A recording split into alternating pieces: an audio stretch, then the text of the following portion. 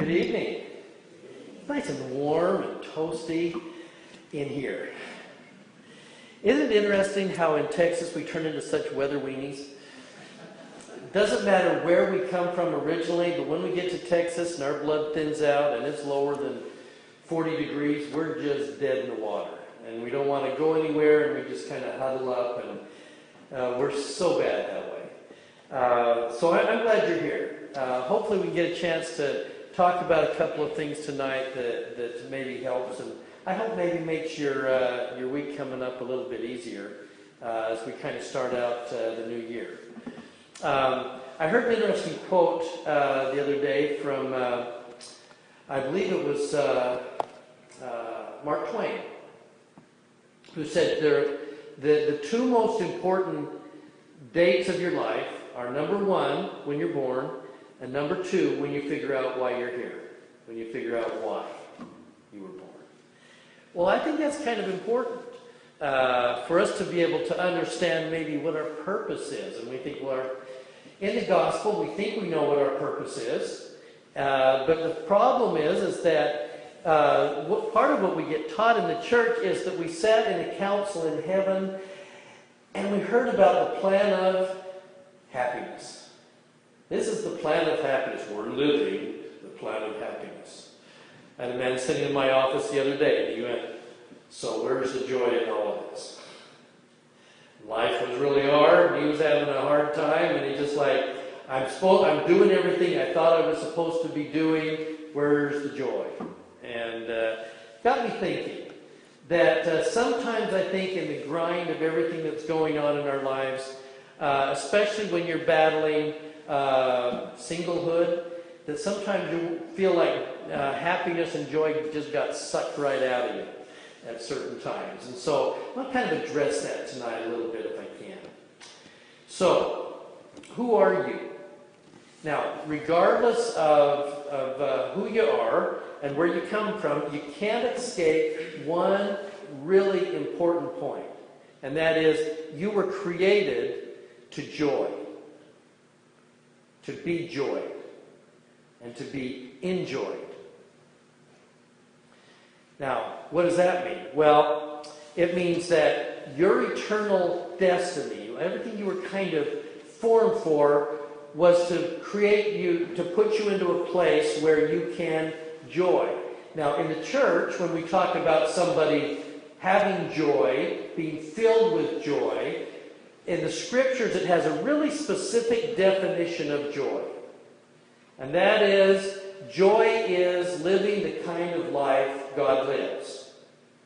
Joy means feeling what He feels. That means feeling what He feels. It means loving like He loves. It means being godlike in all that we do. Now, here's the challenge though. Because we're fallen, we have to somehow be transformed into somebody that can hold joy. In our present state, we're a little leaky that way. God tries to pour joy in us, and it kind of runs out in all directions. We got like this leaky bucket thing going on, and we can't hold the joy He wants to put in us. Now, the fascinating part about that is that we know sometimes joy is out there. There may have been times in your life where you felt like you kind of brushed up against joy, and then it lingers for a little bit, and then it kind of disappears. I don't know if you ever had that experience of kind of being asleep and you're going through this wonderful dream, and you wake up and you can't remember the dream, and you know the dream was great, but you can't remember what it was, but you know it was good, and you almost try to roll over and go back to sleep and let me continue on with the dream, but it never comes back, but you know it was good. Well, sometimes we get these moments where we push up against the joy window, or we feel a little bit of joy for a few minutes, and then it leaks out again. And it's enough to say, we think we know, it's kind of out there, it's just on the other side of the veil, if I could just do something. Now, fascinating part is that everything that we're about usually in life these days is about finding happiness. I want happiness. You know, I was looking at an old, somebody put out a video, maybe some of you have seen it online, of an old dating site from the 80s. And they're showing all these guys on these dating videos that you could like rent out, and you get to see videos of people on these old dating sites before the internet, okay? So these guys are all recording themselves so that somebody can come in and watch videos of themselves on this dating service. And every one of them are going, and of course it's 80s, you know, so it's like we're doing the real crass kind of, and they're just like, I just want to have fun. Ladies ought to find me because I'm looking to have some fun. No, really, I want to find a woman that I can have fun with. I'm into having fun. Everybody's wanting fun. Well, anymore, we get the sense that our job is to be happy, right? Don't worry. Be happy. Smile. You're supposed to have fun. This life is good. Just pull yourself up. Don't be so sad, Gus. Kind of be happy. So you're going to try and be happy. Now, fascinating, if I look at the things that kind of make me happy, if I want to really kind of be happy on a Saturday afternoon, I'll head over to Hutchins Barbecue. That makes me happy. And then I'm happy for a little while, and then it's gone, and then I'm hungry again. And you may go get a good meal, and you get this reminder of, hey, this is really good. And then I'm not full anymore, or maybe it just didn't work out that well, or maybe the food wasn't that great. And we get this reminder that those kind of happiness kind of end. I enjoyed the heck out of Star Wars. There was another great one. Hey, fun time. And then it's over. A few bad things happen. And then the next one's coming next year. So now I don't get to be happy like that one until this time next year. And J.J. Abrams isn't even directing the next one. How do I know if I'll be as happy? So we go to a movie and then we're kind of happy for a little while, or maybe it stinks a little bit, but maybe we're happy, we really enjoyed it, then we've got to get in the car and go home and go back to our lives. And maybe it ain't so happy. And again, we get this idea that the things we do in life have an end. There's a stopping point on our happy. Let me give you another one. This is a nice thing to remember on a cold winter's day that was so deep.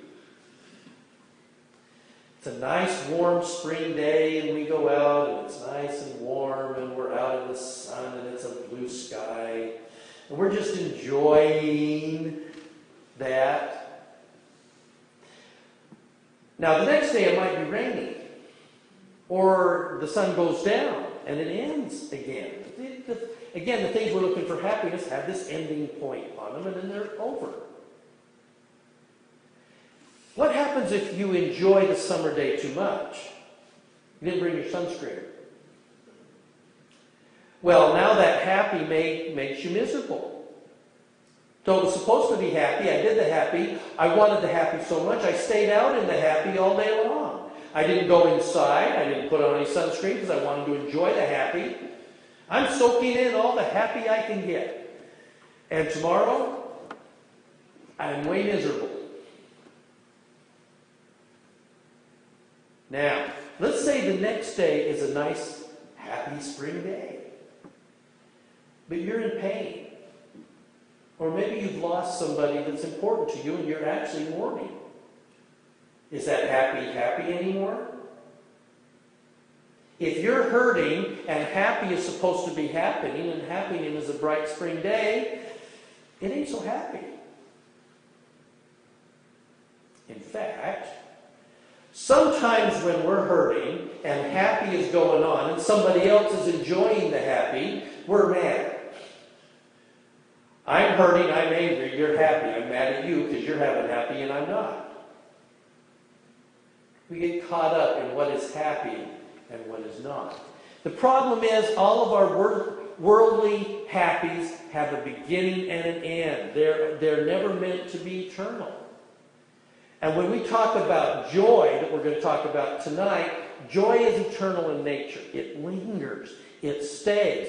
And it's supposed to grow inside of us. And that's kind of the goal. Now, I love the idea that C.S. Lewis put out, and that is this idea that God is working on us. He's constructing something. And what C.S. Lewis used to say is that he's creating this hollow inside of us that God can pour joy into. So if you think about it, you're actually under construction at the moment. And I believe my own self that every time we contact heaven, whether we're sitting in a meeting like this, we're partaking of the sacrament, we're in prayer, we're sitting in the celestial room, we're reading our scriptures. At those moments, I believe when we contact heaven, it's like we open our hearts up, and the Lord says, let me reach down and start to keep hollowing out a spot in you so that I can pour my joy into you. And not only that, you're kind of leaky. You leak a lot. So let me, as part of my joying, let me kind of seal that space off inside of you so that the joy doesn't leak out quite so much. Does that make sense? So God is trying to create a spot in you that will hold the joy. That's the idea. Now, fascinating, by the way, side note, when we think about sealing off something so that it won't leak, one of the first examples that we have in all of Scriptures is Noah's Ark. And the Scripture says that they took the ark and they put tar around it, a substance around the outside of the ark, so that the water couldn't get in, so it would hold the people and not leak.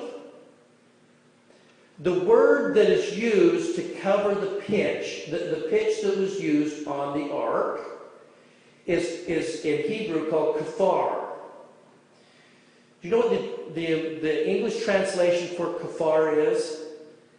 It's covering. It's kapor. It's like the skull cap that the Jews wear. It's a covering. And the best translation for kapor, or kippurim, what they wear, the best word is atonement. That the atonement is to be a covering that keeps the other stuff out and holds in the people there that He's placed in that spot. Okay? So, we're going to talk about the process of letting God fill us with His joy. That's our idea. And so it doesn't leak out the other end. Now, I know, this is kind of my own little project that I do, is that as I meet people in the course of a day, or I meet people at church or something, haven't you noticed that some people seem to be at different spots in their construction process? Haven't you noticed that some people, it's almost like if you could peel away your earthly vision, you could almost see the celestial scaffolding around them. And like see angels working away, plugging holes. And they're being built into somebody who can hold joy. Well, I look for those people. And one of the things that I've done, especially as a counselor, I'm trying to say, well, I want my clients like them. I want to help people become more like these people. who seem to be joying pretty well. My clients aren't always joying very much. That's why they're coming to see me, so that they can start getting rid of the other stuff so that they can be joyed more. I figure that's my job. Help people joy, which is not a bad gig in my mind. I like that a lot.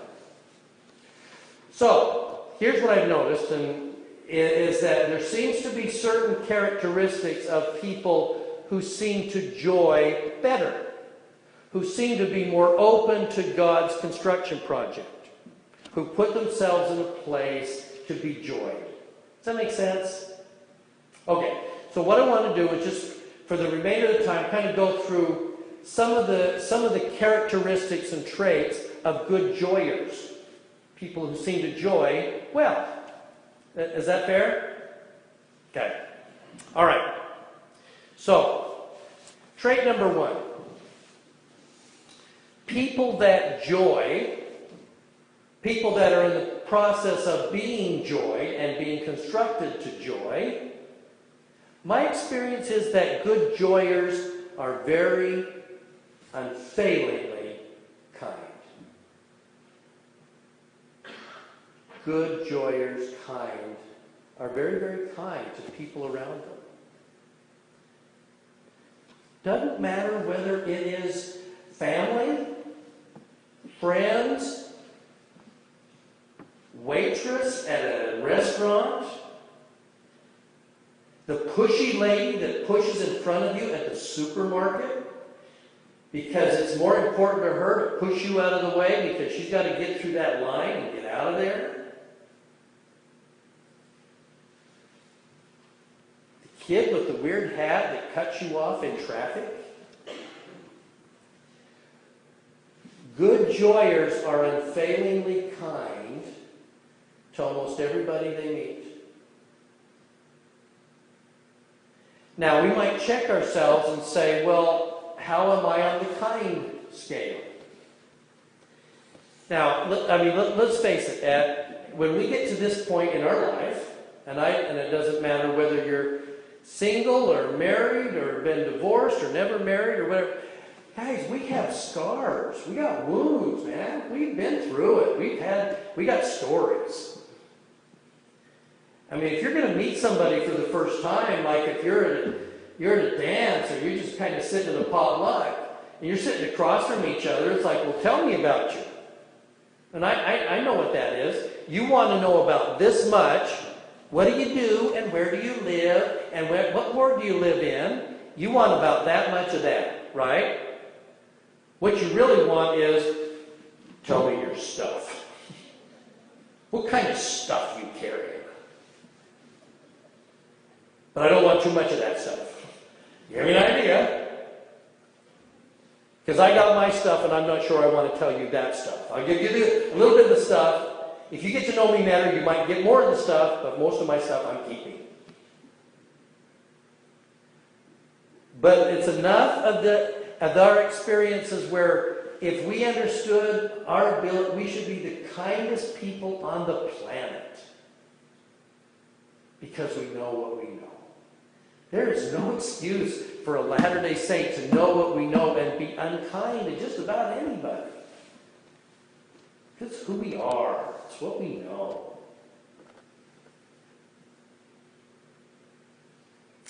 Now, here's the corollary to that. So good joyers are kind. Number 2, good joyers receive kindness well. I've talked about this in some other places. Good joyers are good receivers. They receive kindness. Should I tell them about Malta? I'll tell them.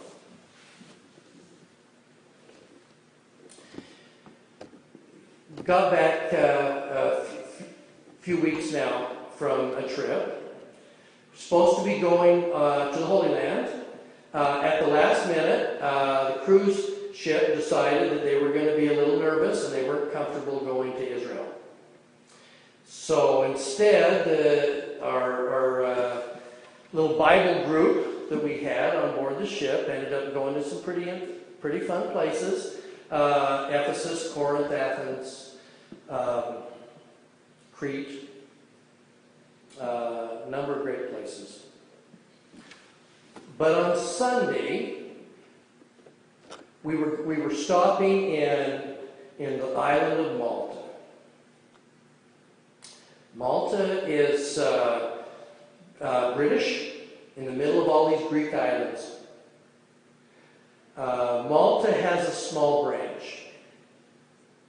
This little branch, mainly kind of British and Australian expats that live there, this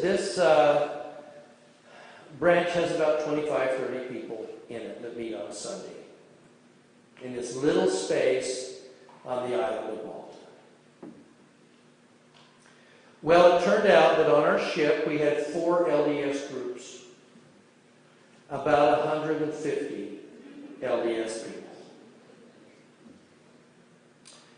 And when our itinerary got a little changed here, got on the horn to the branch president in Malta and said, there's a branch, yes. How many have you got? About 25. We'd like to bring some extra guests to come and join you on Sunday.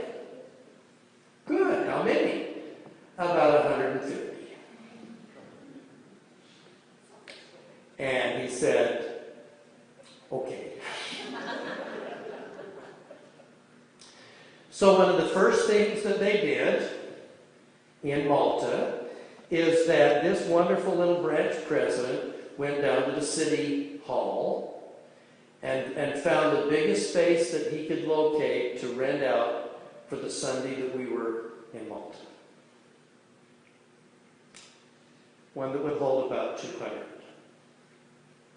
So on Sunday, the branch moved their entire selves to the city center, up above the health clinic, up on the top floor, in a driving rainstorm. And then we pulled up in several buses and offloaded 150 Latter-day Saints and packed this hall in Malta with about 200.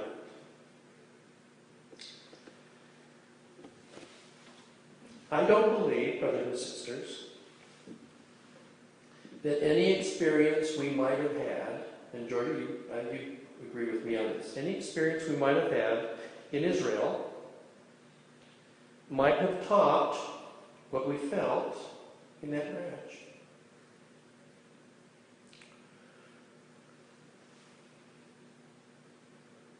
For the most part, we knew we were guests. And for the most part, none of us that were visiting there got up and bore our testimony because it was Fast and Testimony Sunday. What we heard instead was member after member after member in this little branch standing up in tears to express their gratitude and thanks and love that we had come to visit. One dear sister got up near the end and she said, all my life I have dreamed of being able to go visit a large ward or branch of the church that would have around 200 people in it. I've never been able to do that. I've only kind of been here. And she said, today the Lord brought you to me. Thank you. And there was this tremendous outpouring of love with these strangers who were no more strangers, but fellow citizens, to a group of us that were still kind of feeling a little bruised that we hadn't had a chance to go to the Holy Land. And what they did is create the Holy Land for us, there, in that little spot, in a driving rainstorm in Malta. And I don't know that I have ever been so impacted by a fast and testimony meeting as I was that day. And part of why it is that it meant so much to us that were there was their kindness in receiving us. The kindest thing they did for us was to let us be there for them. Brothers and sisters, one of the things that we wrestle with in this church is the ability of letting people serve us. We are great at serving others. We're in control of how we do it. We feel good when we're serving and we're supposed to serve. And I get it. We're supposed to be service-oriented and we should serve at every opportunity. But somewhere in there we get mixed up and we forget to let people serve us and do things for us. We have to say thank you. We have to be humble. We have to receive it. We have to let it in.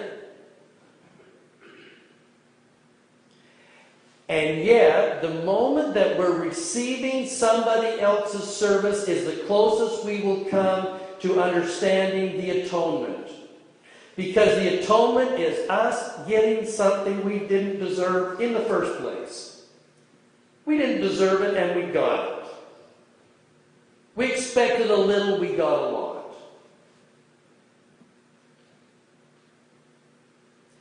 When you are single in this church, there are times you just need to be served.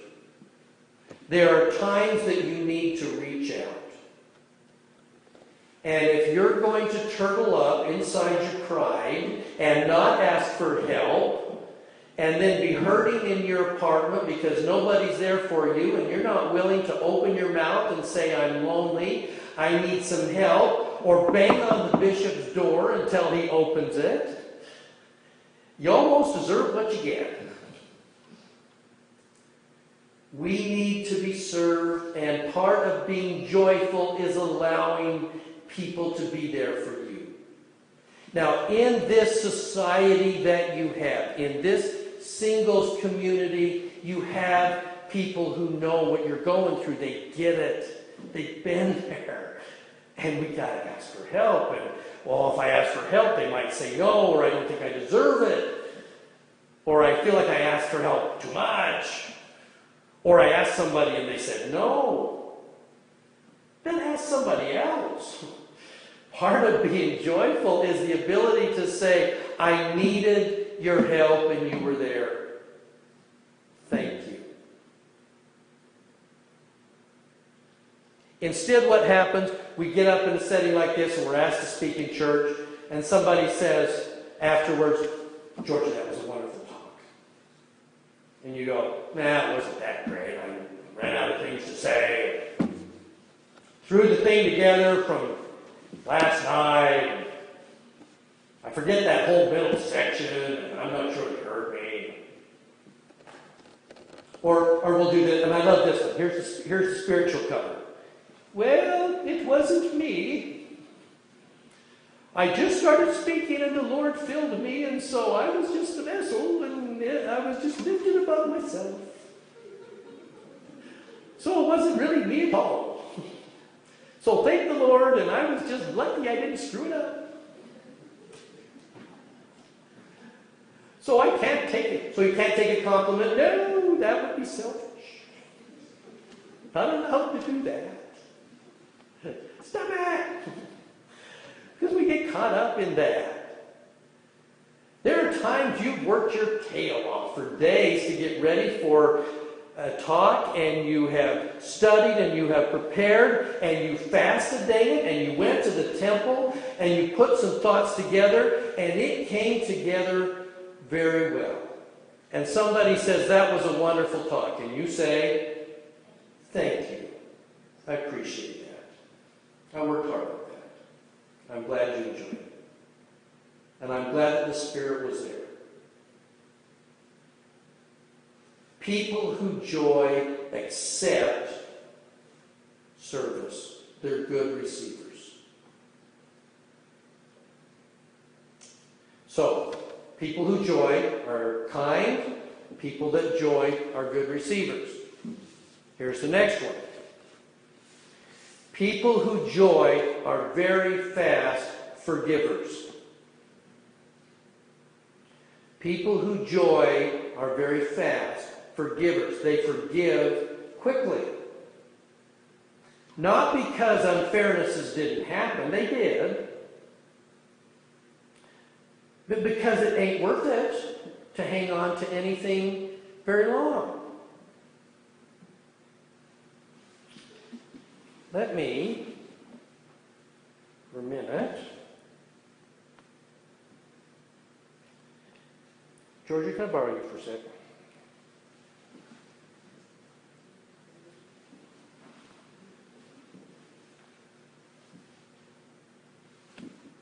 I can pick on her. We've been places. Okay. This is from, if I can pick one of my favorite parts in all of Scriptures, right at the end, the first part of 2nd Nephi, we get this wonderful Psalm of Nephi. This psalm in 2nd Nephi 4 is so great that when I was at BYU and I was taking a class in Hebrew, I had a chance to be taught by a visiting professor by the name of Yonatan Shinari. Yonatan had grown up on a kibbutz in Israel. He was on loan to BYU from Hebrew University in Israel. When he came across the Psalm of Nephi, he was so impressed by it that he said, this is Hebraic in nature, and he wrote it out in Hebrew, a copy for each one of us in the class. Because he saw something in this that said, this is Old Testament in nature. This is beautiful. This is Hebraic. Which is, by the way, is not bad for supposedly Joseph Smith wrote it, right? Or not. Okay? So here's part of what he says on this.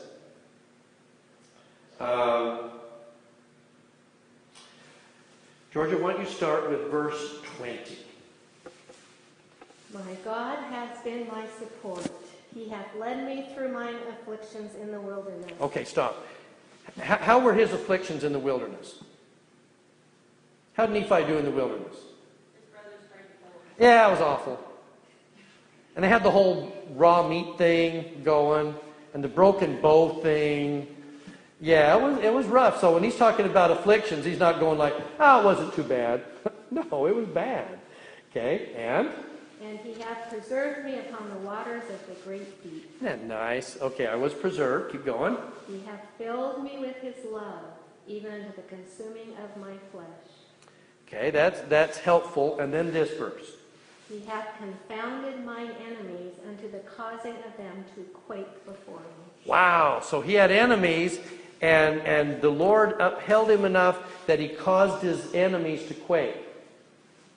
Wait a minute, who were his enemies that he caused to quake? Wow! Well, that's pretty harsh. He's talking about his enemy. He's talking about his brothers. Okay, they're his brothers. They were just kind of doing this normal brotherly thing, right? No, they tried to kill him several times. So that's pretty serious. He's got stuff. How was your life? Well, I have a little post-traumatic stress. Really? Why? Well, my brothers tried to kill me. Oh, come on. They really didn't try. No, they really did try to kill me. It's really true. Okay. So the Lord is... So in other words, he's saying, here's my enemies. And then he's going to say, verse 27. And why should I yield to sin because of my flesh?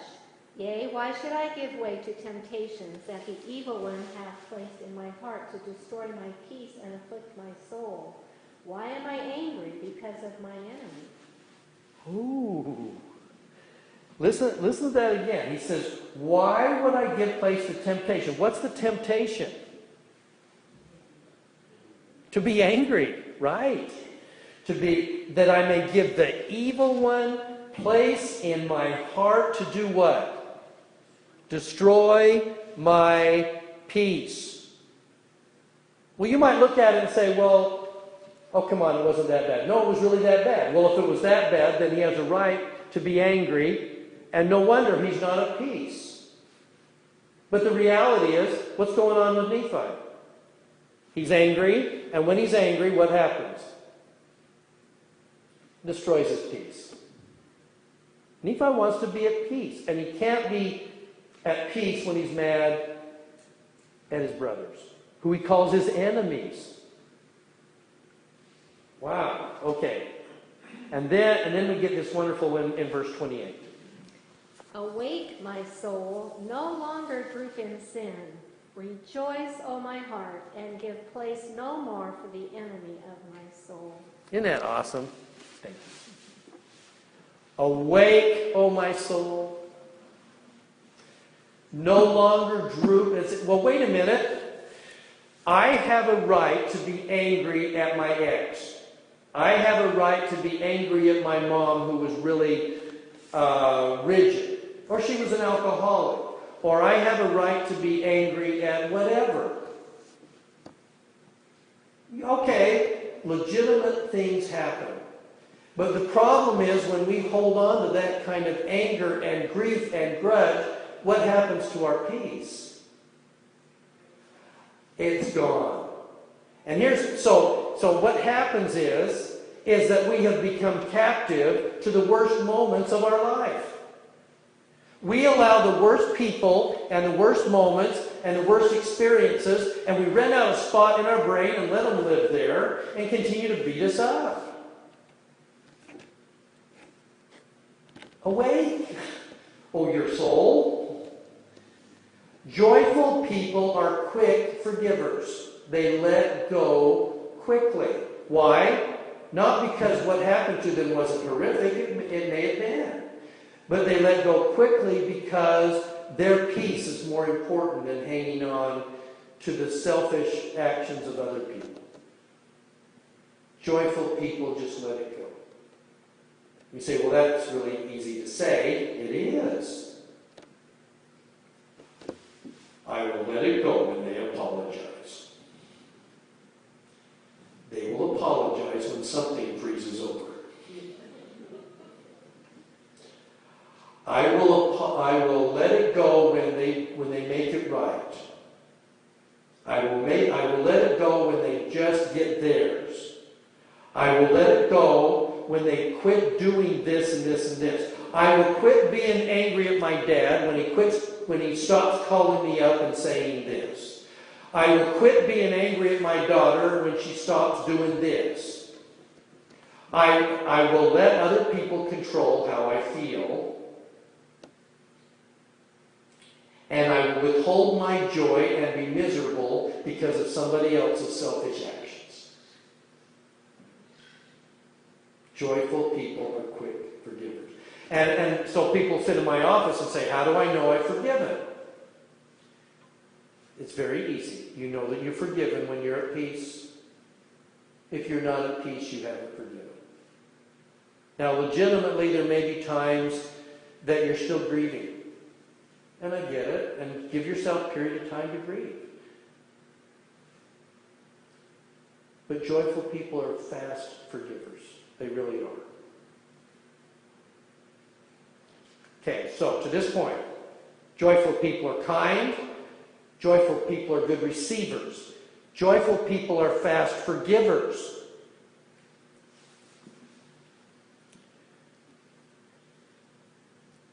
Here's another one. And let me just put it as I wrote it.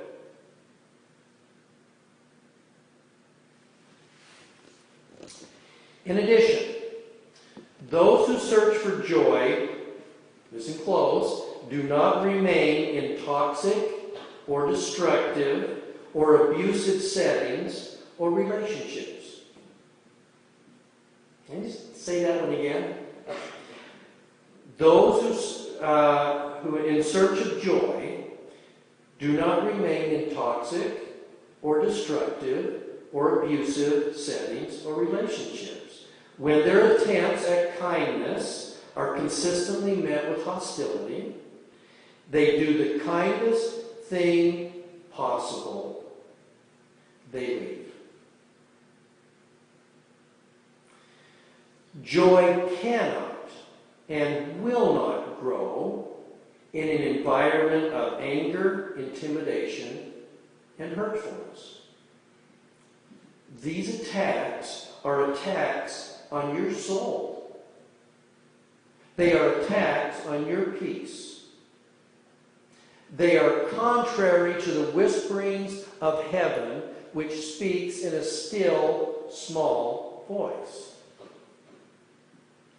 So as I've said in other settings, I don't care where you are. If you are in a situation where you are currently being yelled at, and despite attempts to calm that energy down, if it's going to be yelling, then it's a situation that you may need to step out of, either temporarily or permanently. Don't stay in hostile, abusive, angry situations. That's why for all of the painfulness sometimes of being single, I celebrate that many of you are. Because if your alternative was to stay in a destructive relationship, bless your heart, you got yourself out of there. And I'm proud of you, because it was important that you not stay. You will find more joy, even through all the struggles of being single, than staying in an abusive relationship. Does that make sense? Now, kindness means... Now you say, well, wait a minute, I should be kind. I should be kind. Kindness doesn't translate to doormat, last time I checked. Kindness doesn't equate to allowing yourself to be run over. You are not doing somebody else any favor if you let them hurt you or run over you. That's not kind. It's not kind to them, and it's not kind to you. So you get out. And then you try and come back, and if that can't be healed, it may be toxic and it may be permanent, or it may be temporary. But in search of joy, you need to put yourself in positions and surround yourself with people that will serve you and that you can serve, that aren't going to be toxic or hurtful or painful. Okay. Finally, last point. Another trait I found of joyful people is that they come to trust their own inspiration. It is true that there's joy in the journey, but because joy, as it grows, is meant to kind of be our celestial GPS, it guides and directs us along the way. It's important that we come to trust our own inspiration. Well, Brother Hinckley, I married him because I thought the Lord told me that I was supposed to marry him, and we'll see it. We saw how that went. That one blew up on me. Or like the man that came up to me after one conference and said, all 4 marriages, I thought I had the right answer. Didn't go well. Well, let's say you dated. We'll keep that between us, okay, Tess? Yeah, it didn't go well. So why would I want to trust my own inspiration?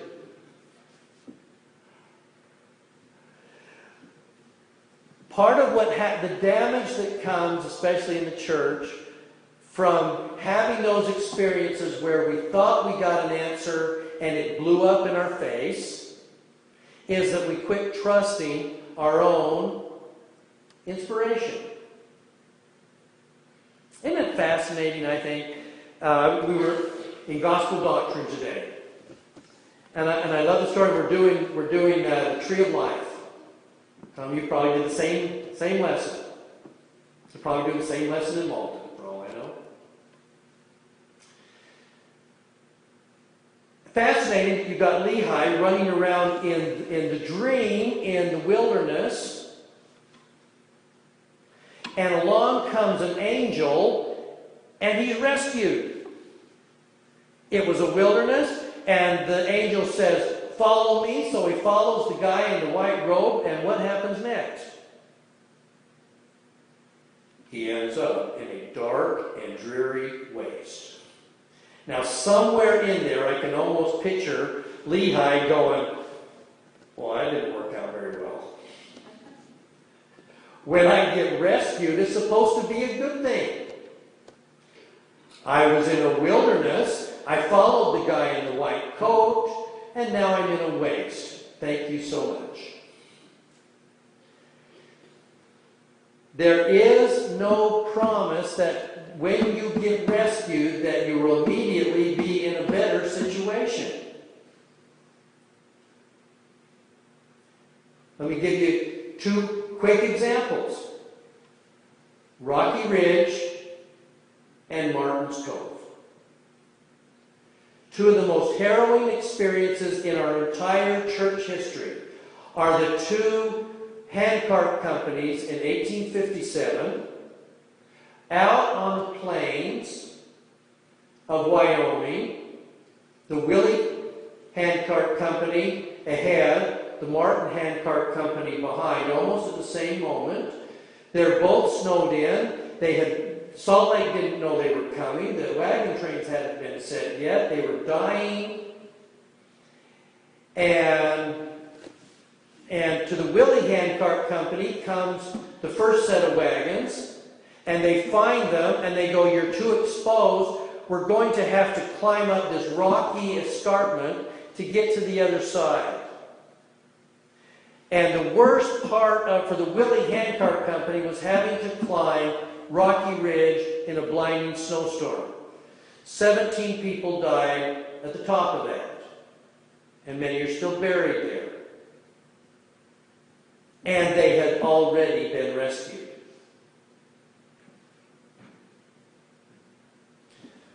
For the Martin Handcart Company, you've heard the stories of them, the last crossing of the Sweetwater, and they had to go cross through the river, and there were more than 3 guys. There were a number of people taking these people across, and then they got into the cove, and they were freezing to death. They had already been rescued. It had already happened.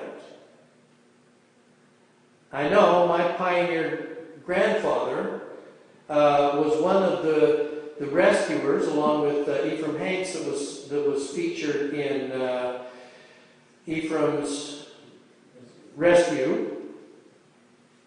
And he was rescuing Martin Handcart Company and the rescuers who had rescued them. They were all there together. Sometimes we follow the inspiration and we are led out of the situation we're in, and for a period of time, it will seem like we've gone from a wilderness to a waste. We've gone from the bottom of Rocky Ridge to the top of Rocky Ridge. That doesn't mean that you weren't rescued. It just simply means that there's no guarantee on the front end, that sometimes the rescue is harder. The problem is at those moments that we give up on ourselves and our own inspiration. My experience is that joyful people learn to trust their own inspiration, and when their celestial GPS is going off, they learn to trust it.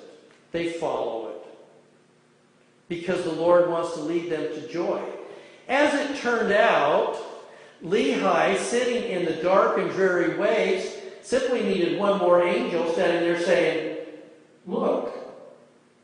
And it turned out he was right by the tree. The darkness cleared, and he was already there.